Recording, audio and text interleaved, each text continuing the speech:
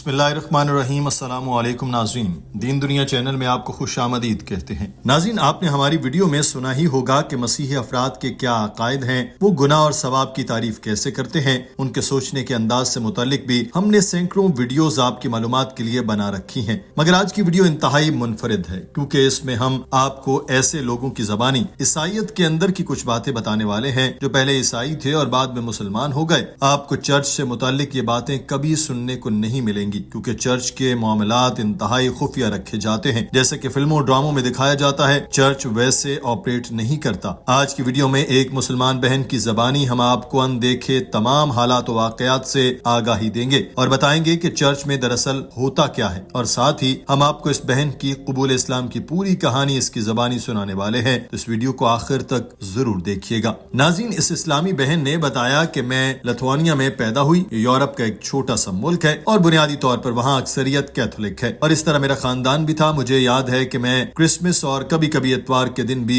Church جاتی تھی، لیکن مجھے یہ چرچ واقعی پسند نہیں تھا۔ وہ خدا کے بارے میں بہت ہی عجیب سوچ رکھتے تھے اور یہ چرچ بہت عجیب ہوتے ہیں۔ آپ پورا ہفتہ ہر طرح کا گناہ کریں، اتوار کو چرچ جائیں، وہاں پیسے دیں، پادری کے سامنے اپنے گناہوں کا اعتراف کریں اور ساتھ میں مسیح کا جسم کھائیں تو آپ کے گناہ معاف ہو جاتے ہیں۔ یہ گوشت کا ٹکڑا دیتے ہیں اور کہتے ہیں کہ یہ مسیح کے جسم کا حصہ ہے، اس کو کھا لو اور تمہارے تمام گناہ ختم ہو جائیں گے۔ میں لتھوانیا میں 12 سال تک رہی اور یہ سب میرے ساتھ بھی چلتا رہا، حالانکہ میں ایک بچی تھی۔ You can sin during the whole week with all kinds of sin, but if you go to the church on Sunday and you give money to the church, then you confess your sins to the priest, and after that you eat the body of Christ and your sins will be forgiven. اس بہن کا کہنا تھا کہ یہی وجوہات تھی جس کی بنا پر مجھے چرچ پسند نہیں۔ ایک بچی ہونے کے باوجود میں زندگی کے مقصد کے بارے میں سوچا کرتی تھی اور چھوٹی عمر میں ہی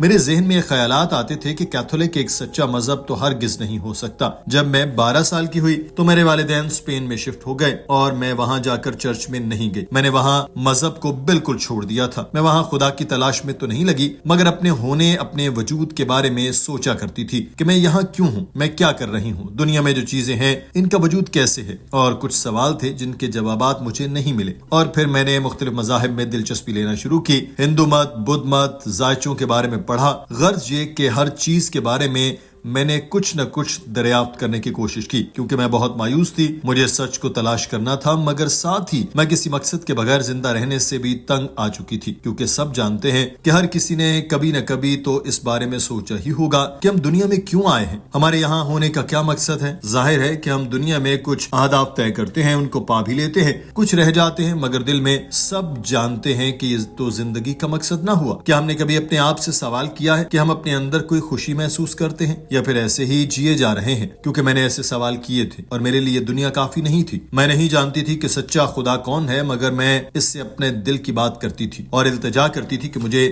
سچائی سے روشناس کرائے۔ میں کہتی تھی کہ مجھے پرواہ نہیں کہ سچائی کیا ہے، مجھے بس اس کو پانا ہے۔ میں اس کے لیے اتنی بےتاب ہو چکی تھی کہ مجھے ڈر لگتا تھا میں سچائی جاننے سے پہلے مر ہی نہ جاؤں، اور ان تمام سالوں میں میرے لیے سب سے مشکل یہ تھا کہ میں خدا سے دعا کرتی تھی، اس کو مانتی تھی، مگر جانتی نہیں تھی کہ کیا وہ مجھے سن رہا ہے، کیا میری دعائیں اس تک پہنچ رہی ہیں۔ میں خدا کی تصویر بنا پاتی تھی، نہ ہی بنانا چاہتی تھی، صرف یہ چاہتی تھی کہ مجھے وہ مل جائے۔ میں نہ عیسائی تھی، نہ مسلمان، نہ یہودی، مگر میں پھر بھی خدا سے دعا کرتی جا رہی تھی اور اس سے مدد مانگ رہی تھی۔ اسی میں کتنے ہی سال گزر گئے اور مجھے جواب نہیں ملے۔ ناظرین، اس بہن نے بتایا کہ میں اس دوران رو رہی تھی اور خدا سے مدد مانگ رہی تھی کہ مجھے سچائی مل جائے۔ 3.5 سال گزر گئے، پھر مجھے استنبول سفر کا موقع ملا اور یہ وہ وقت آ چکا تھا جب میں مایوس ہونے کے قریب تھی۔ سچائی کو تلاش کرنا تقریباً بند ہی کر دیا تھا، مذاہب کے بارے میں پڑھنا بند کر دیا تھا۔ تو جب میں استنبول پہنچی تو پہلی مرتبہ میں نے اذان سنی۔ میں جھوٹ نہیں بولوں گی، مجھے یہ بری نہیں لگی، نہ ہی اچھی لگی۔ میں نے سوچا کہ یہ لوگ کیوں اس طرح چیخ رہے ہیں، کس لیے ایسا کر رہے ہیں؟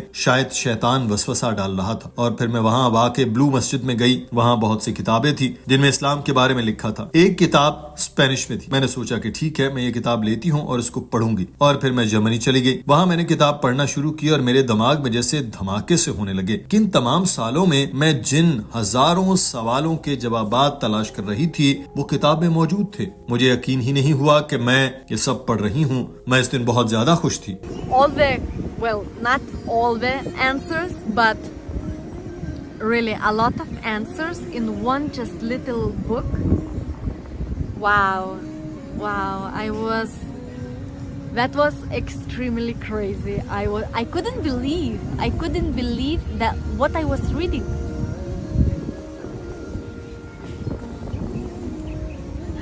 I was extremely happy about it. Wow.